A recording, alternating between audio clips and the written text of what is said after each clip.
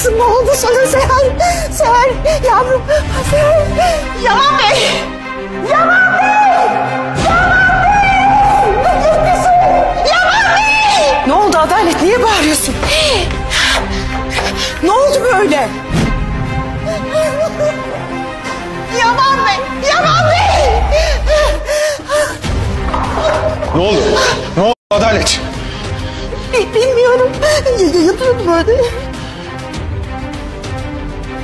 Aç gözünü. Aç hadi, duyuyor musun beni? Aç hadi. Aç gözünü hadi. Aç diyorum sana. Ne oldu böyle Yaman? Senin yanında değil miydi Seher? Cengiz, arabayı hazırlasınlar hemen. Sen de gel. Yaman'ı yalnız bırakmayalım. Ben de üstüme bir şeyler alıp geliyorum. Kızım. Seher.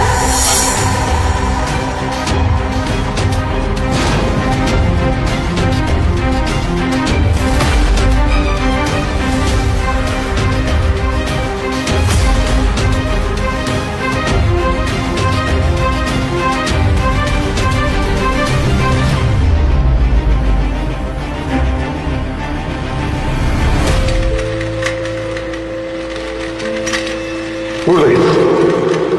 Yanındayım. İyi olacaksın. İyi olacaksın, merak etme.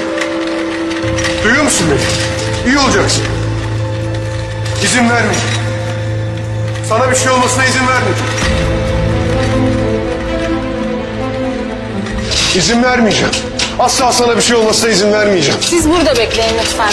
Doktor? Hastanızla Tuncer Hoca ilgilenecek.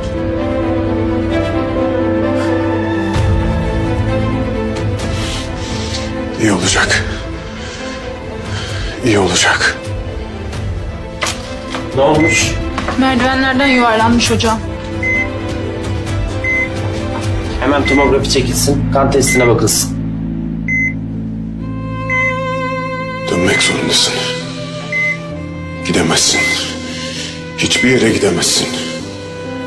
Asla bırakmayacağım seni. Asla. Buradayım. Asla. Asla bırakmayacağım seni.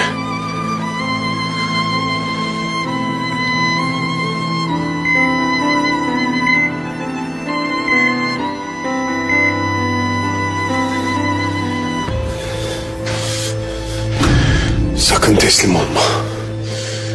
Sakın.